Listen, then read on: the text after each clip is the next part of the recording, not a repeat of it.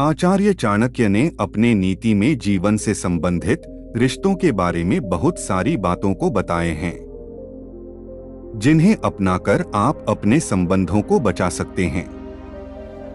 आज के इस युग में लोग कुछ जरूरी बातें भूल जाते हैं और अपनों को ठेस पहुंचाते रहते हैं।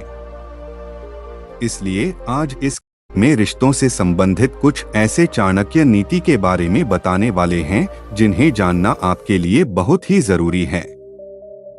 तो आइए विस्तार से जानते हैं।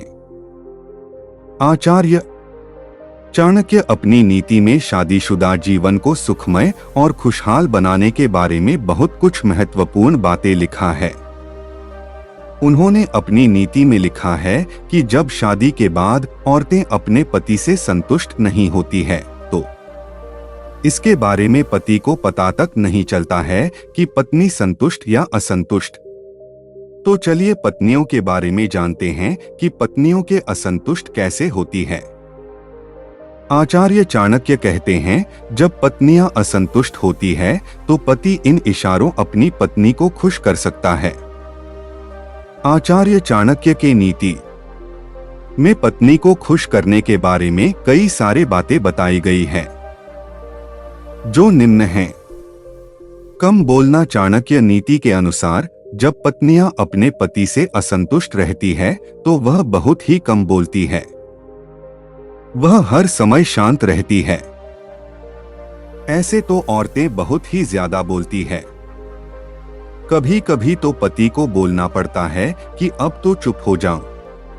लेकिन वहीं अगर पत्नियां कम बोलने लगे तो पति को समझना चाहिए कि आपकी पत्नी आपके असंतुष्ट हैं। अगर आपको इस तरह के संकेत मिलने लगे तो आप अपनी पत्नी को संतुष्ट करने के लिए उससे अच्छे से बात कीजिए और नाराज होने का कारण पूछें। अगर आप इस तरह से अपनी पत्नी से बात करते हैं तो आपकी पत्नी जल्द ही मान जाएगी और आपसे बात करने लगेगी। औरतें हर बात पर क्रोधित होना। पति पत्नी का रिश्ता बहुत ही महत्वपूर्ण और पवित्र होता है।